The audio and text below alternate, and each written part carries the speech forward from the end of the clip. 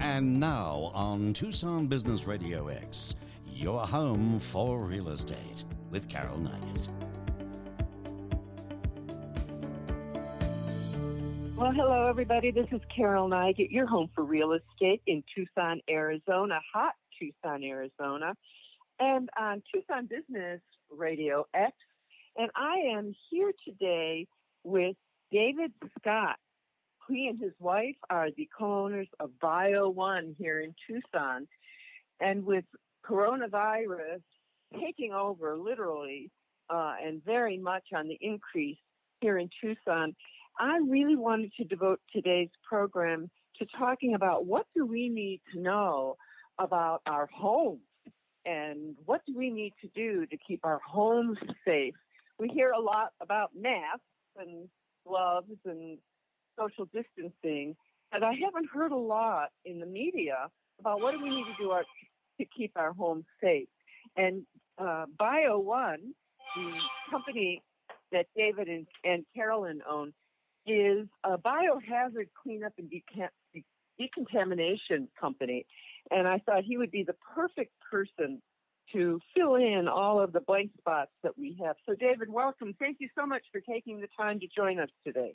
Well, thank you very much, Carol, and thank you for having me on today. And really excited about being able to try and educate your listeners on what they should be looking for. And you know what? I know that Bio1 does a lot. You provide a lot of other services that our listeners might be interested in.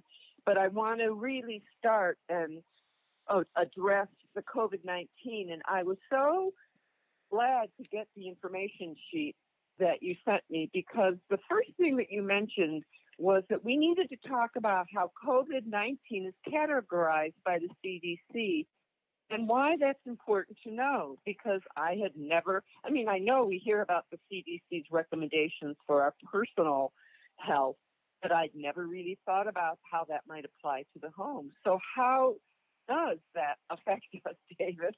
Sure. Well, the CDC has actually categorized COVID-19 as a level 3 biohazard. Okay.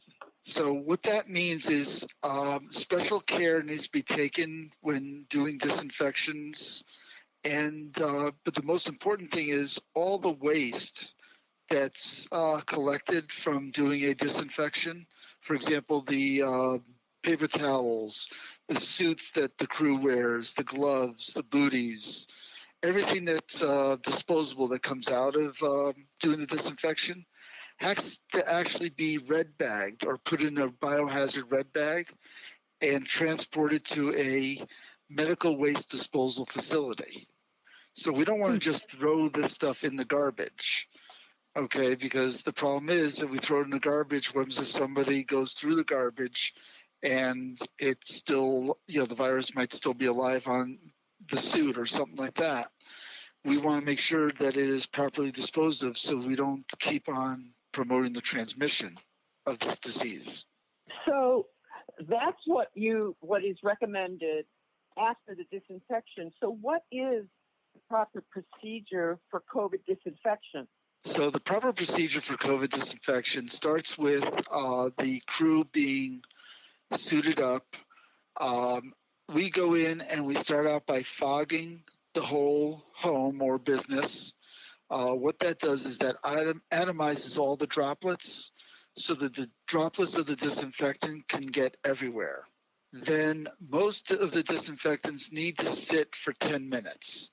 So if you just go in and spray and wipe down immediately, you're not giving it enough time to work. So it has to sit for 10 minutes.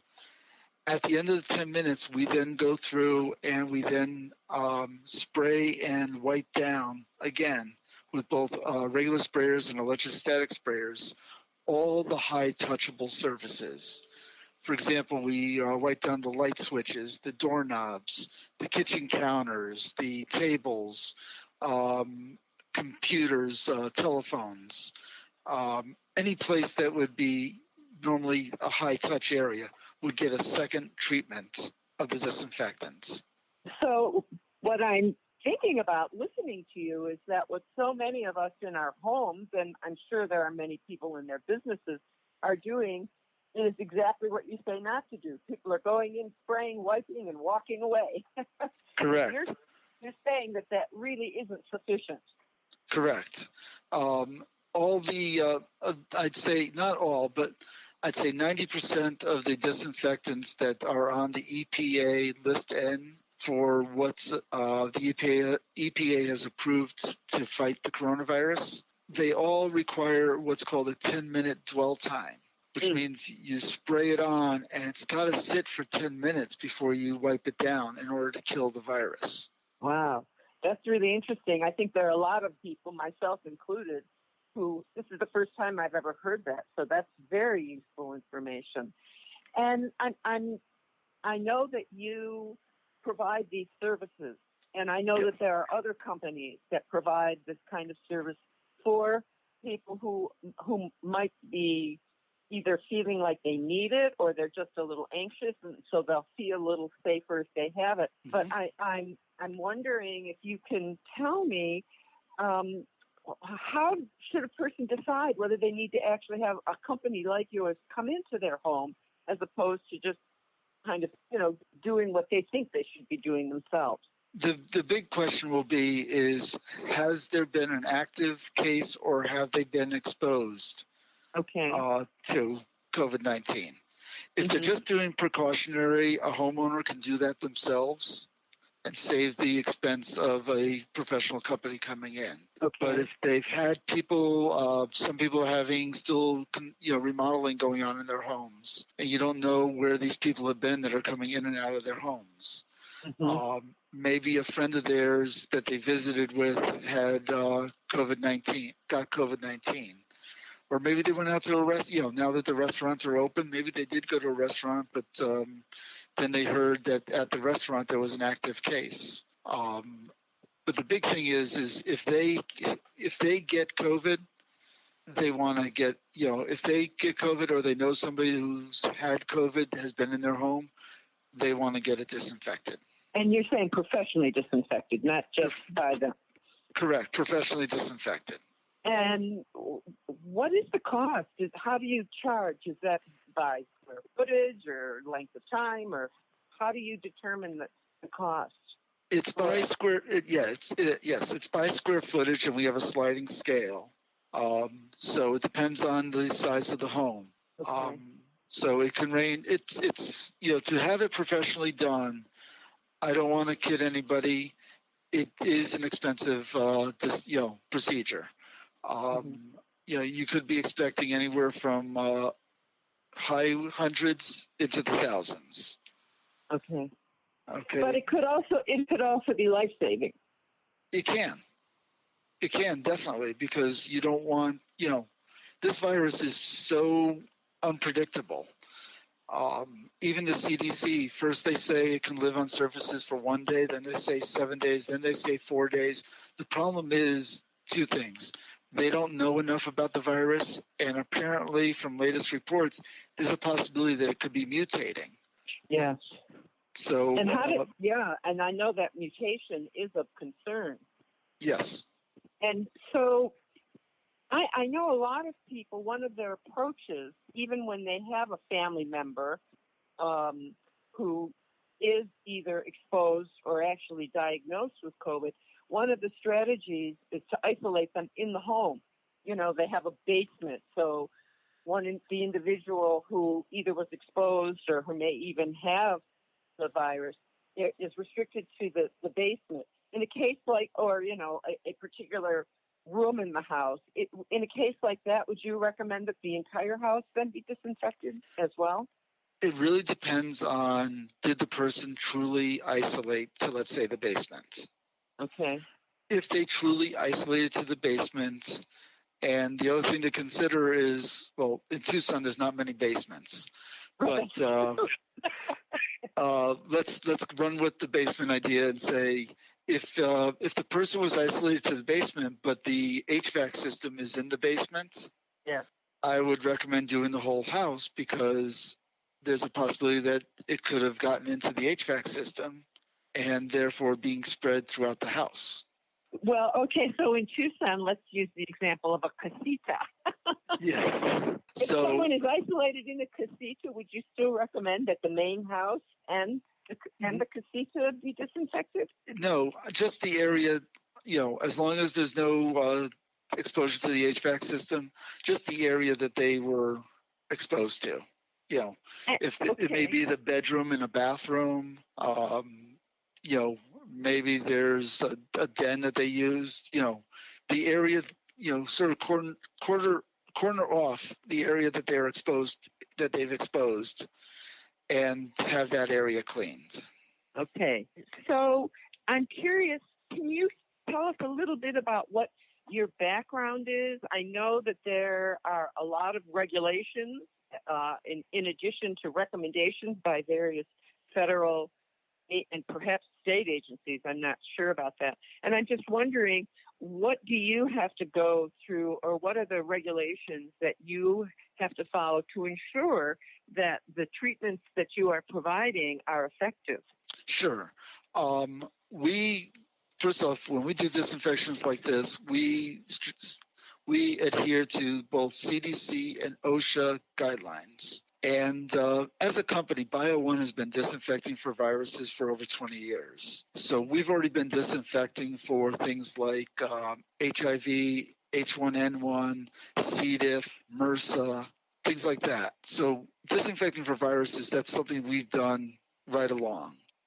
But you need to follow CDC and OSHA guidelines. Now, OSHA is the one that really spells out what workers, they're there to protect the workers. So They really have gone through and lined up a series of things that each worker that's doing this type of disinfection should follow. Things like, does the technicians, are they certified in bloodborne pathogens? Okay. Are they wearing proper PPE or personal protective equipment, to include things like polypropylene suits, which are I'm using the technical word. Everybody knows what a Tyvek suit, or most people know what a Tyvek suit. A lot of painters wear them, things like that. They need to be using a biohazard level Tyvek type suit. They need to be using actual respirators, not just an N95, but actual full face respirators when doing the disinfection. Gloves are, so you're referring to the service technicians who go in to do the disinfecting. Correct. Okay. So not only are there guidelines for the procedures that need to be followed, but they have to have very strict adherence to the PPE guidelines that are established by OSHA and the CDC, correct? Correct. OSHA has set up some very strict guidelines into Are there companies that are claiming to do disinfection? Is this one of the things that, say one of our listeners is thinking about this and considering it, are there remediation companies that might not be living up to these standards? Are there certain questions you would advise that a listener asks any remediation company that they're considering using? Yes. I mean, some of the good examples I can give is, well, number one, how long has the company been disinfecting for viruses? There are companies out there that, and one company I just saw on Facebook today, they are a office furniture rental company that's now advertised that they can disinfect for COVID-19. Mm-hmm. So what experience do they have? The other thing to ask is, are they insured? For example, we carry liability insurance that actually covers us doing disinfection for COVID-19. Most insurance companies started, as soon as COVID hit, started excluding this coverage. However, we were able to find a carrier that will cover us. And that's important because what happened, now we're using electrical devices to disinfect the home. What happens if one of our wires is frayed and we start a fire in your home? What happens if we break an antique while we're doing the disinfection? These are all liability issues that if a company does not have proper insurance that covers them for doing this work, the insurance carrier will not cover it. Mm. Gee, I never even thought about that. That's a very good point. Interesting. I'm curious. I'm guessing. I'm a little bit of a cynic, but I'm guessing that anytime there's an opportunity for money to be made, there are a lot of people jumping in where they see an opening. And I don't want to disparage the furniture company that you just alluded to, but I'm guessing that this might be an area where there are a lot of startups claiming to be able to provide this service for individuals. So asking about their adherence to OSHA guidelines for their own technicians, asking the length of time that they've been doing virus decontamination, finding out if they have liability coverage for this particular type of service as opposed to just a general liability. So Correct. Those are three good questions. Should people be asking about the PPE and making sure that they are full respirators as opposed to N95 masks? Yes, because good example, and one thing I left out of when we talked about the procedure is because we go in and the proper procedure is to start off with fogging, that's making the disinfection, the disinfectants airborne. Right. So we don't know. These disinfectants have just been, a lot of them have been around, some of them have been around for years, like Clorox. That's a disinfectant. They've been around for years, but we know Clorox, if you inhale it, can be very toxic to the body. So if we're going in and we're spraying this chemical, you want to make sure that not only is the technicians that are doing it protected, but for example, we tell our customers after we're done, please do not re-enter the home or business for 2 to 3 hours after we're done, because we want the chemical to have time to dissipate so that they're not breathing it in. Mm-hmm. Oh, that's another point I never even thought of. And how thorough are you in terms of preparing individuals to have this service provided in their house? Oh, well, we try to explain to them exactly what we're going over today and exactly how the procedure is done. Right when we schedule the appointment, we let them know that the procedure, the disinfection, depending on the size, can take anywhere from 1 to 3 hours of actual work. But then when we're done, you really need to let it sit for the 2 to 3 hours. Because, as I said, we don't know what these chemicals are going to do to the body later on. We don't want them breathing them in. They're non-toxic, but who knows? We don't know. Look at what just happened with Roundup. 20 years it's been being used, and all of a sudden there's a problem. We don't want our customers or our employees to have those types of problems. And I'm curious, David, what is the effectiveness of this type of treatment? Is there any statistic you can cite, or how assured can people be that, as you said, it's an expensive service? How assured can people be that if they do go to the extent of having a professional decontamination service, that it will be effective? Okay, so that's really the million-dollar question. And if it's done right, we can confidently say, now there's never 100%, with this virus, for all we know, it mutates and all of a sudden the disinfectant stopped working against it. But based on what we know today, when we get done, we can tell you that your home or business is COVID-free. That is until someone with the virus re-enters the home or business. Yeah. There is no magic, our chemical lasts for 30 or 60 or 90 days. Mm-hmm. Any disinfectant's going to last until the virus is reintroduced to the home or business. So that's one of the dangers of non-symptomatic transmission, I'm guessing. Yes. Someone can come back into the house. Right now we're having this huge debate all over the country about kids returning to school. But so let's use that as an example. So a child goes off to school, they're not symptomatic, but they come back into the home and they're carriers. And correct. Even if the house has been thoroughly decontaminated, the droplets are airborne again, and it's possible that someone could then be contagious and transmit the illness. Correct. So it sounds like it's a wonderful post contamination service, but one that needs to be done with all of those prevention measures in place as well, or you could end up right back in the position that you started. Yes. Yes, it is. Well, one of the things also that comes to mind for me is what about we've been talking primarily about homes, and I'm assuming that much of what you're discussing applies to businesses as well. What about vehicles?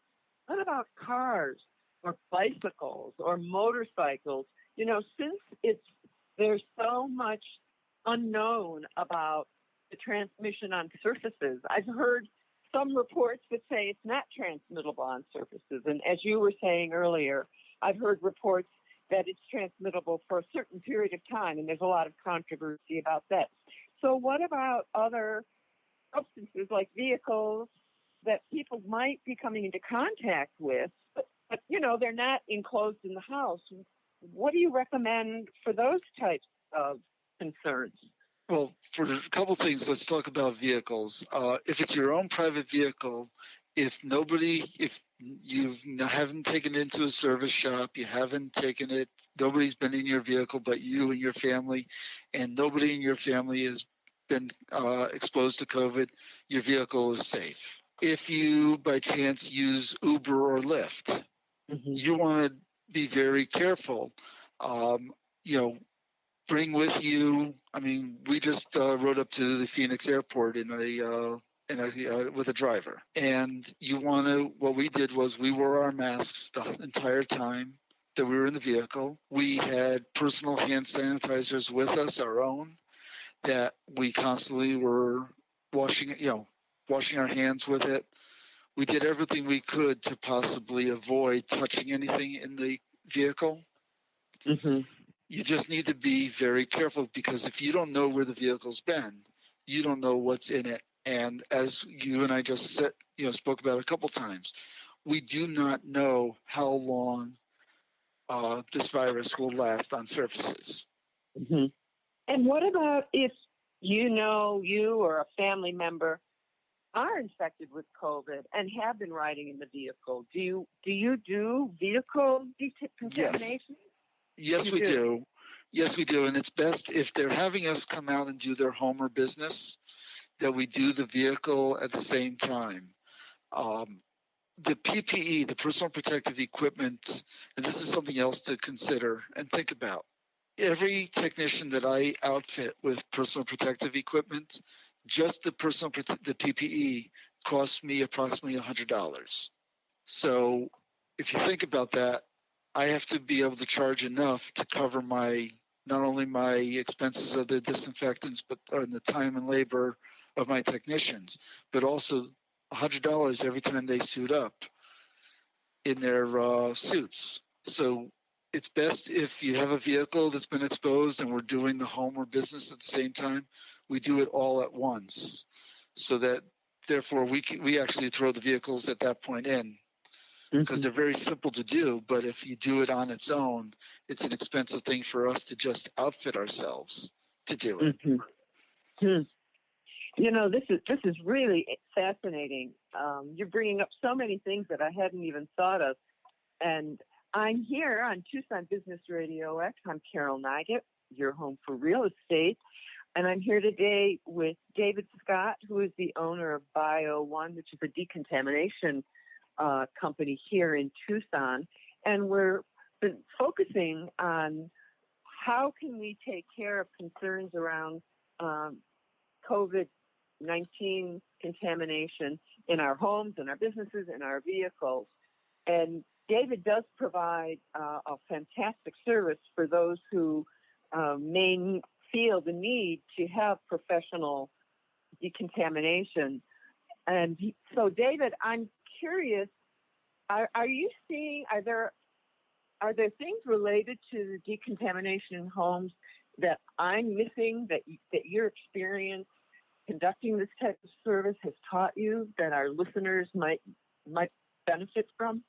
No, I mean, the main thing that you want to know that you're dealing with a professional that knows what they're doing. We have a set procedure of how we go in and how we do everything. Everything that we take out of the home, as we spoke about earlier, is bagged up in red bags. And then we actually are one of only a few firms in Tucson that's licensed to transport medical waste. So we're able to take it right from the home or business and deliver it to a medical waste disposal facility, either in Eloy or Casa Grande. Those are the closest facilities to us.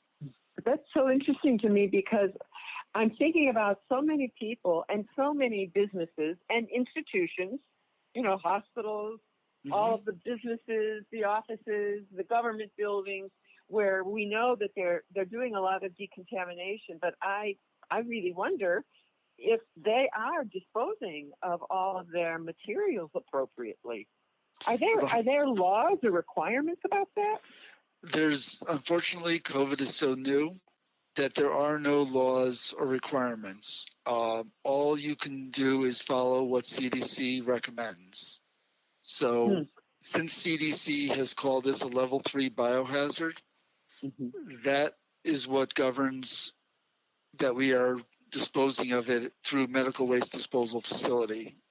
And not everybody can transport. If you don't have a license, I mean, my trucks were inspected by ADEQ to make sure that they had no way of leaking out of the box, because we have box trucks, no way of leaking out or spills and things like that. We have to carry special chemicals in the box trucks in case of a spill. A lot of guidelines that we had to set up in order to get licensed to transport. Boy, I'm thinking about so many people who I know who in their homes are, trying to clean up, even if it's with Clorox or, whatever. I have family members who have been infected with COVID, and I know a lot of people who have been exposed or have been infected, and I don't think any of them have ever thought about how they're disposing of the materials that they're using to clean and what they think is decontaminating the house afterwards. Right. So I'm guessing that can an individual dispose of things in a medical site, or do you have to be a business, or what's that procedure like? There are companies that will pick up medical waste.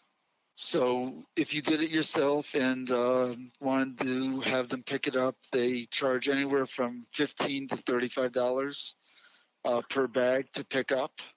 So there are companies that can come around and pick up your waste from doing your own disinfection, and they'll transport it to a medical waste disposal facility and dispose of it properly. And I'm assuming you would recommend that. I would highly. Just putting in the garbage in a hefty bag or something. Right, because think about the garbage men that now have to take that hefty bag out of the garbage can and into the truck. Yeah. Okay. Unfortunately, we don't know enough about this virus to say that, I disinfect, I throw it in the garbage, and I'm safe. We don't know that you're not contaminating somebody else down the line from the disposal of that material. So you're really, because there's some little knowledge, you're really relying on what's been learned from earlier virus outbreaks, which you alluded to. Correct. And I don't know that I've seen any research. Are they doing any research to determine if those recommendations based on previous viruses are effective with COVID? Well, they're using previous virus things, outbreaks like H1N1 or HIV or even Ebola. They're using the guidelines that they set up for them the same as they are for COVID-19. I feel that most of the research right now is not going towards how long does it live on surfaces, how to properly dispose of it, et cetera, because they're concentrating on finding out what's going to be a vaccine, what's going to be a cure, how can we kill this virus for people. That's where most of the research is happening right now. Down the road, they may change their recommendations, But until they do, we need to be, we don't know enough about this virus to say that it's going to be the same as H1N1. We don't know. We can assume it might be, but we don't know. Look at HIV when it first came out. Yeah. Okay, we didn't know about it. It took years for everybody to learn about it, to understand the proper procedures, to even understand how it's actually transmitted. Mm-hmm. Yes, we knew it was bloodborne and different avenues that you can transmit it, but back when HIV first came out, we thought that if we were even in the same room as somebody with HIV, we could get it. Yes, I remember. They thought it was airborne at one point. Right. So right now they're concentrating on finding a cure, a vaccine and a way of treating people who have it, and that's really where the time and money should go right now. Down the road, we may learn a lot more about the transmission. We don't, there's no guarantee that we know exactly how it is transmitted. And it sounds to me like you do try to keep up with all of the research. I would imagine that that's an important part of your job, is to learn as much as you can. I mean, we don't know much, and a lot of the research now is very preliminary, but I imagine that must be an important part. Yes. That you play so that you can better serve your customers. Correct. BioOne is a national company. We have 110 offices nationwide. We have 6 offices here in Arizona, so we cover the whole state of Arizona. We have groups, a Facebook group, private Facebook group that we talk to each other on. We're sharing information. We're attending webinars. We're trying to keep educating ourselves as much as we can as they find out more about this virus, so we can keep doing the proper procedures for disinfection, and we can keep our customers informed about what's needed and what's not. Mm-hmm. I just had somebody hand me a question. They're wondering, given what you said about the toxicity of some of the chemicals that you use, somebody just handed me a question. Have you ever known of someone who had a serious reaction coming back into a home after the treatment was done? I'm going to give you a good example. I'm not going to say where this was or who it was, but there's a government agency, they're going to get a couple different contractors that can do the work, so they can spread it around. So I did hear back we have a major contract with a government agency, and they used us and one other firm. And the other firm did not have the people leave the building for the 2 to 3 hours. Like I said, they moved them from room to room.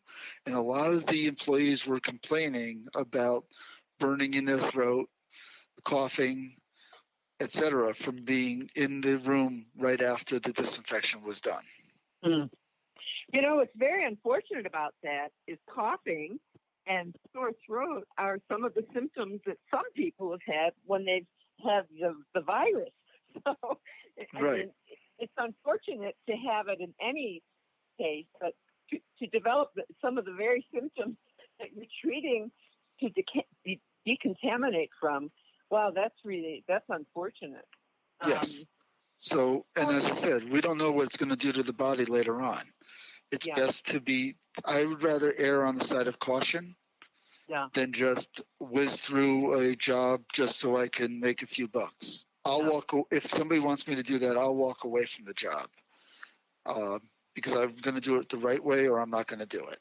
Well, and unfortunately, I know I want to talk a little more about all of the services that BioOne provides.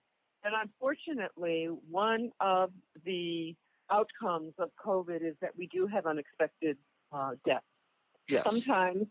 Sometimes we even realize that people have passed on in their homes without anyone even knowing. So they've been sitting in their homes. And I know that that's another one of the services that BioOne provides is the removal of. You don't really remove the deceased individual. I'm assuming that somebody from the morgue does that. The coroner, somebody from the medical examiner's office removes the body, or there's some other service like Southwest Mortuary does a lot of the transports for both the coroner and for different funeral homes. So the body's always gone when we come in. But if somebody has been, passed away and they're in their home for a few days, the body starts to decompose. Okay, so there are a lot of fluids that are left behind. Yeah. Now, if we don't know exactly how that person died, there could be COVID in those fluids. There could be C. diff in those fluids.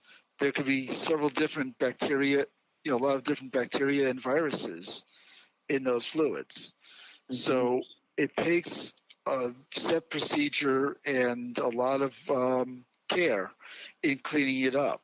The other thing is that I've been called in and redone people's homes that have had this, where the company that did it didn't do it right, so there's still a smell to the home. Unfortunately, it's a very, very potent smell when somebody has decomposed in a home.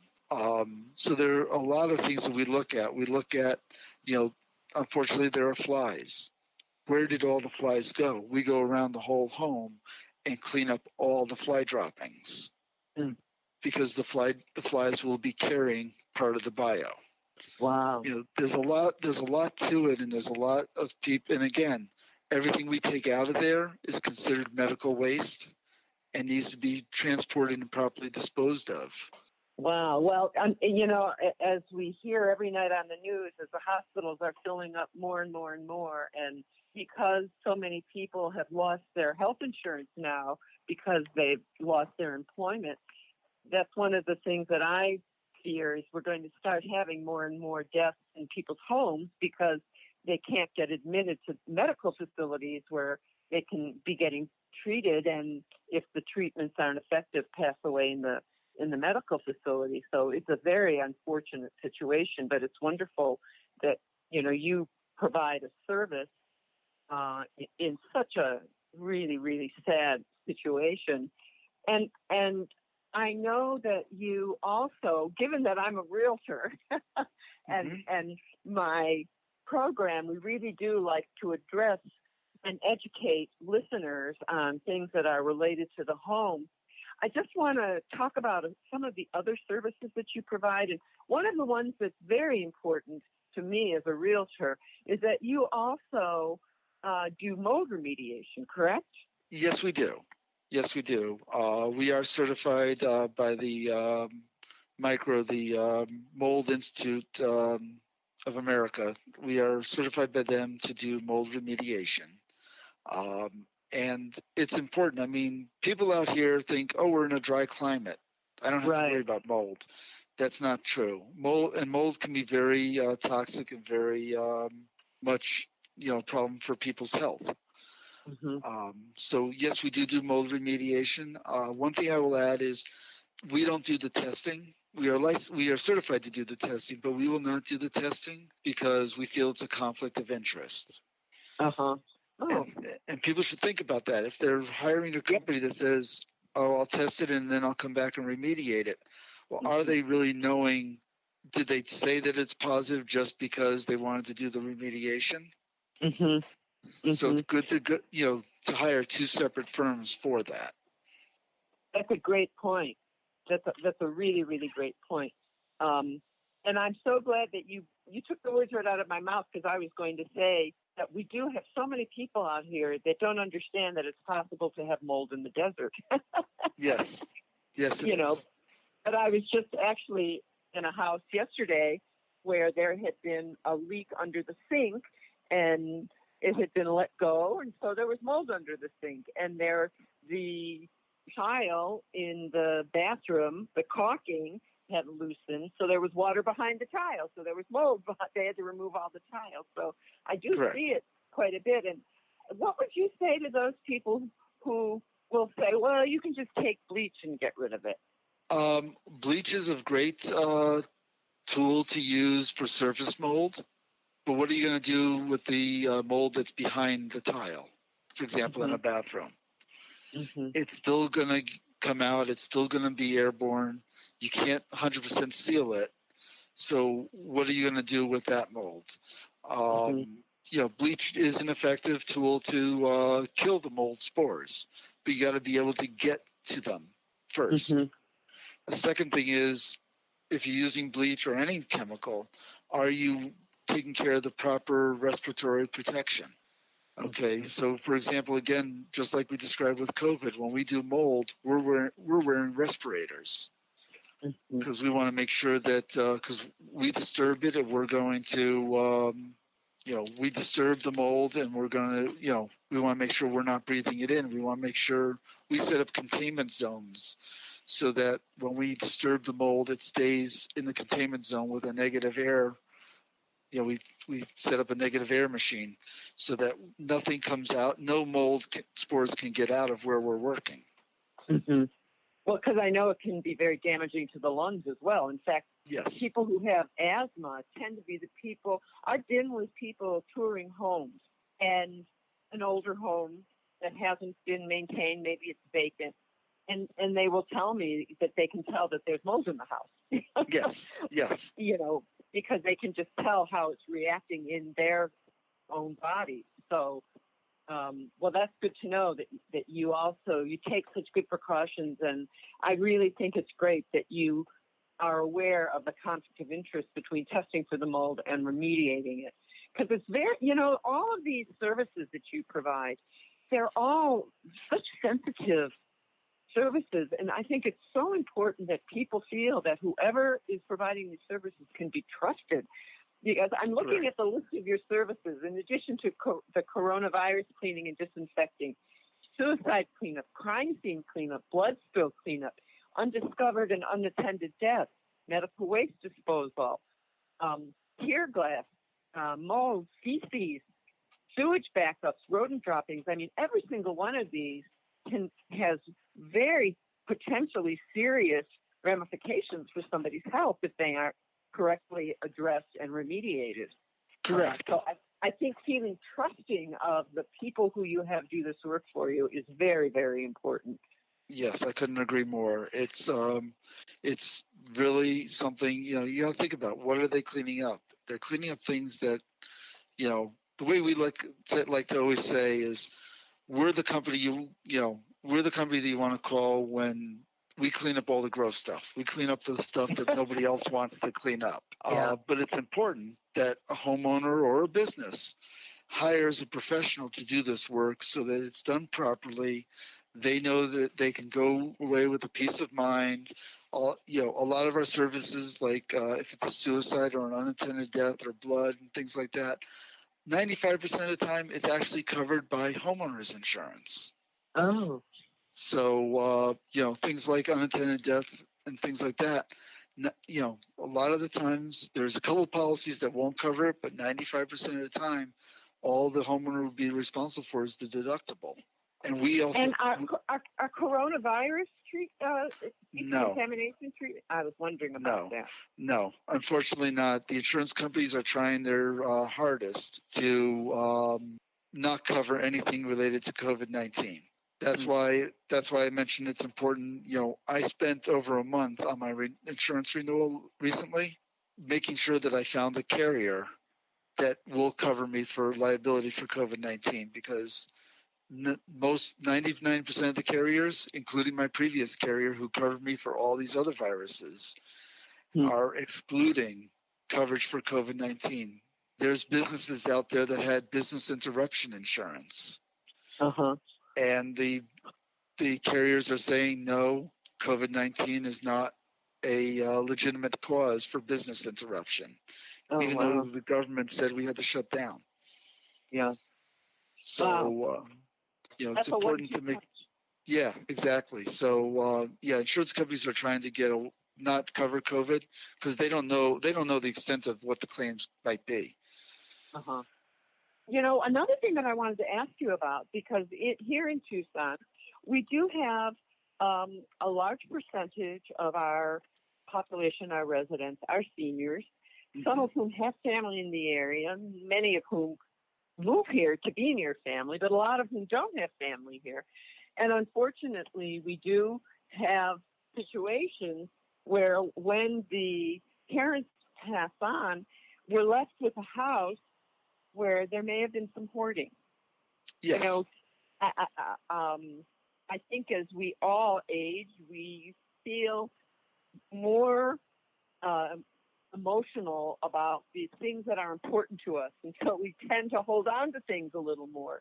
So I found it was really interesting to read that you also do hoarding cleanup, because that's a service that I think, you know, I, as a realtor, when I try to assist my clients, I'm always sort of having to piecemeal it. Well, here's a place where you can donate to things. Here's another place you can donate to. Here's a place that picks things up. And it's right.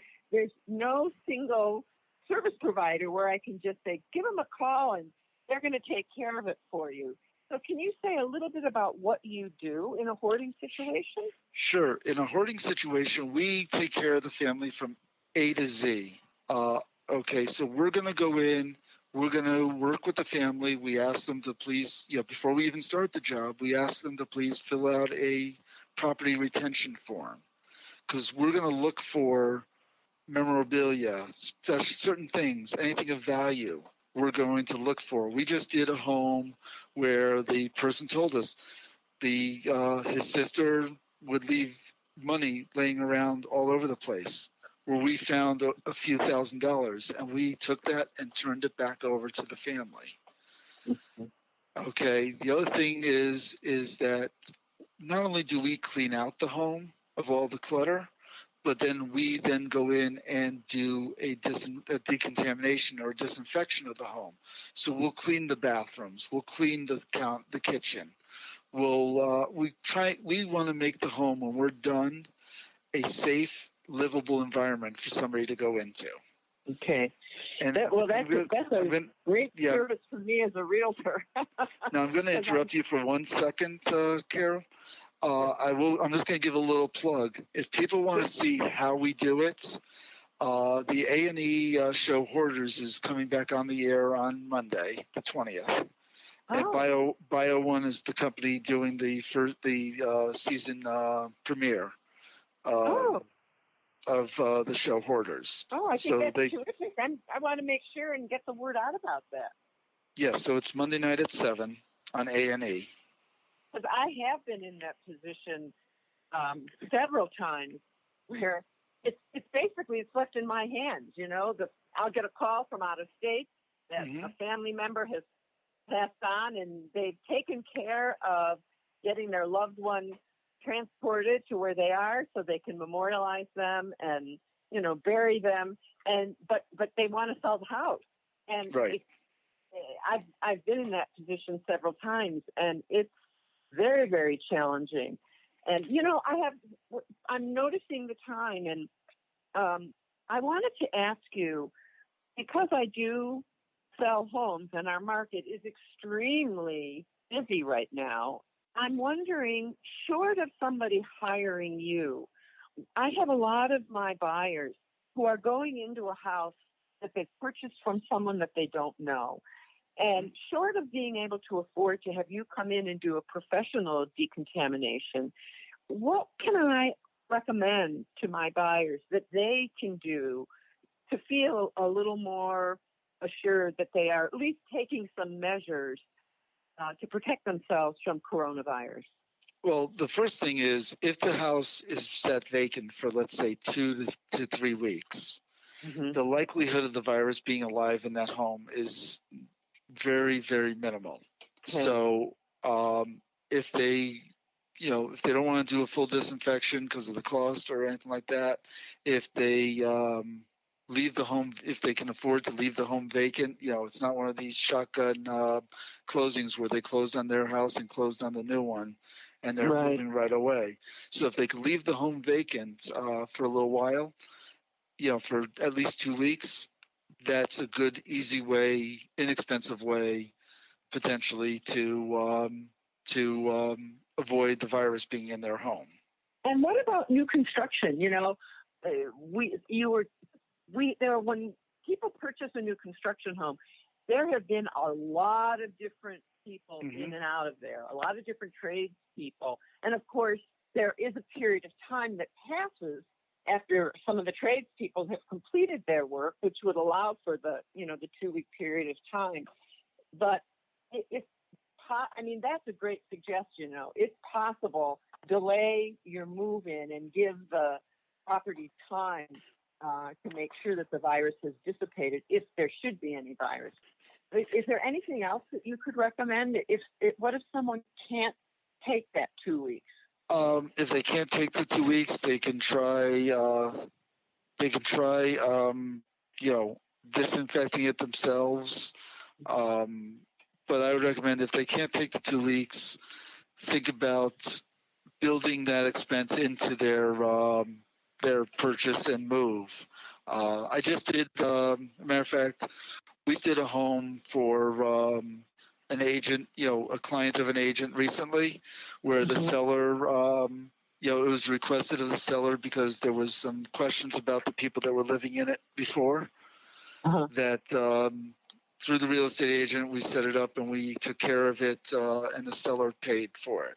It's one of those things that you're going to have to negotiate, right, with a realtor.